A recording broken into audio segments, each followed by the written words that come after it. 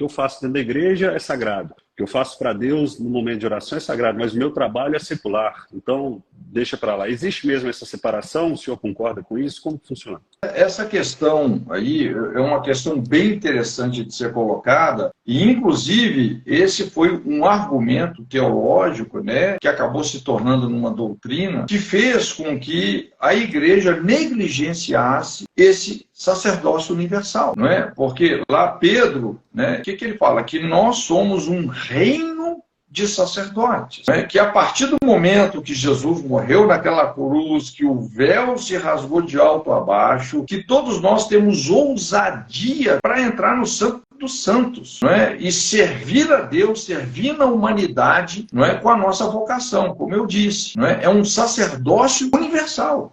Inclusive, olha só, assim, é uma coisa interessante. Outro dia eu estava vendo uma pesquisa, mas em média, uma igreja ela vai ter 7% dos membros apenas, 7%, consegue ter, vamos dizer, um ministério no dia a dia da igreja. São os pastores, os cantores, os diáconos, não é? 7%.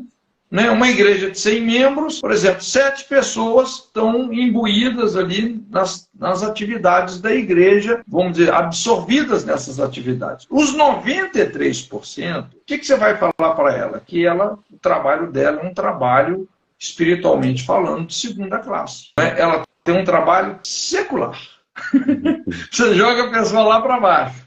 Você não desperta nela a consciência missional de que, de repente, e isso é proposital, você ter 93% que vão concentrar, vamos dizer assim, o seu esforço missional fora da igreja, porque isso que faz com que a igreja não só ocupe espaço na sociedade, mas seja o sal da terra e a luz do mundo, não é? Nós temos que ser, nós não é o sal do céu, né? Nós temos que ser o sal da terra, não é?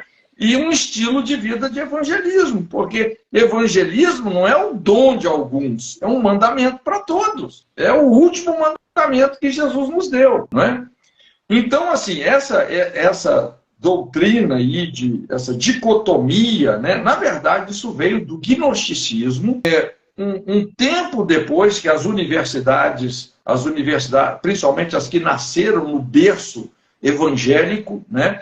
As principais universidades que estão aí até hoje, elas nasceram no berço evangélico, elas tinham lemas profundamente cristãos, não é? Só que com o passar do tempo, a espiritualidade, a visão dessas universidades não se sustentaram, elas foram sendo, aos poucos, paganizadas, se tornando humanistas. Então, até que por volta ali, se eu não me engano, século XVIII, XIX, então, porque antes, eu não sei se você sabia, mas era obrigatório. Qualquer curso que a pessoa ia fazer, seja medicina, advocacia, engenharia, o primeiro ano era teologia. Você não pode ser um bom advogado se você não conhece a Deus. O homem sem Deus é enfermo, né? Então, você ia fazer medicina, você tinha que ter um ano de teologia, você precisa de conhecer a Deus. Né, os princípios que a Bíblia ensina, inclusive, sobre medicina. Porque, veja bem, a Bíblia não é só um livro religioso. Tudo bem, a Bíblia é um manual de espiritualidade, mas ela é um manual também de biologia, de sociologia, de psicologia, não é?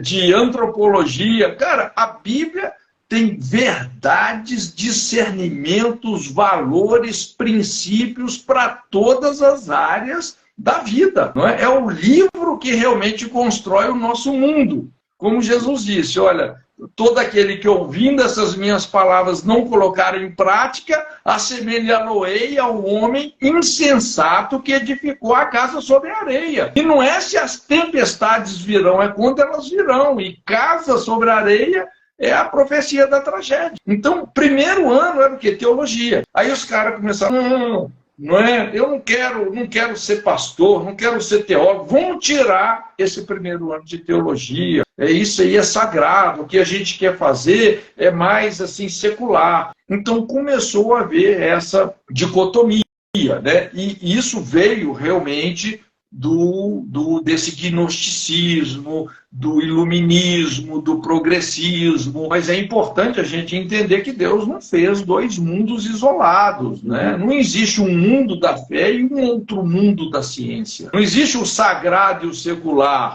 céu e terra, matéria e espírito, né? Então não tem assim um mundo secular e um mundo sagrado, né? No sacerdócio levítico, a gente percebe, como eu disse, toda profissão, quando exercida para a glória de Deus, é sagrada. Né? Tem coisa que Deus separa, né? Tem coisa que Deus não separa, não. Aí foi o diabo que separou, enganou a igreja, tirou a igreja do jogo. Rapaz, o que um progressista mais deseja é falar isso, cara, que cristão e política não combinam. É impressionante.